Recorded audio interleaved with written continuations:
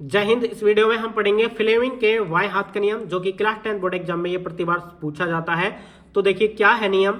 जब हम अपने वाई हाथ का अंगूठा, माध्यमा और तर्जनी उंगली को इस प्रकार फैलाएं कि, यानी कि जो हमारे बाएं हाथ का अंगूठा और माध्यमा और तर्जनी उंगली, यहाँ पर आप चित्र में देख सकते हैं, जो बाएं हाथ का अंगूठा और माध्यमा यानी कि बीच वाली उंगली और तर्जनी उंगली जो होती है, यानी कि जो बीच वाली उंगली और अंगूठे के बीच में, यानी कि इस प्रकार से ये वाली उंगली, ठीक है, यहाँ पर आप देख सकते हैं ये वाली फिंगर को क्या कहते हैं, तर्जनी उंगली। यानी कि जब हम अपने बाएं हाथ का अंगूठा, तर्जनी उंगली और मध्यमा को इस प्रकार फैलाएं कि तीनों एक दूसरे के लंबवत हों, यानी कि तीनों जो है एक दूसरे के लंबवत, मतलब तीनों में एक दूसरे के जो है 90 डिग्री का एंगल बनना चाहिए।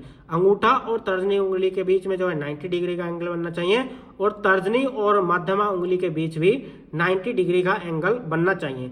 जैसे कि आप देख सकते हैं ये दोनों उंगली आगे की तरफ दिख रही हैं, लेकिन ये दोनों आगे की तरफ नहीं है।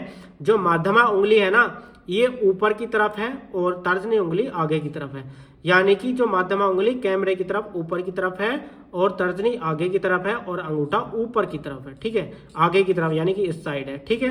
अब आप समझ गए होंगे कि कैसे कैसे इसकी डायरेक्शन है।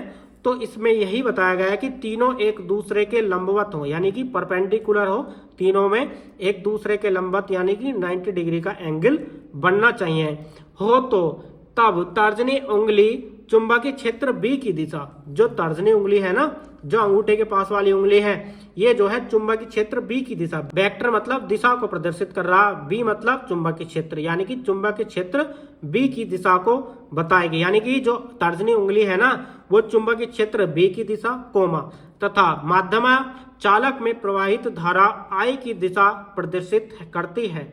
यानी कि जो माध्यमा उंगली है ना, जो चालक में धारा बहेगी, यानी कि चालक में बहने वाली धारा की दिशा को बताएगा। वेक्टर मतलब दिशा, यानी कि चालक में बहने वाली धारा आई की दिशा दर्शाती है। कौन सी उंगली? जो माध्यमा उंगली है, ठीक है। तो अंगूठा चालक पर लगने वाले बल एफ की दिशा को प्रदर्शित करेगा।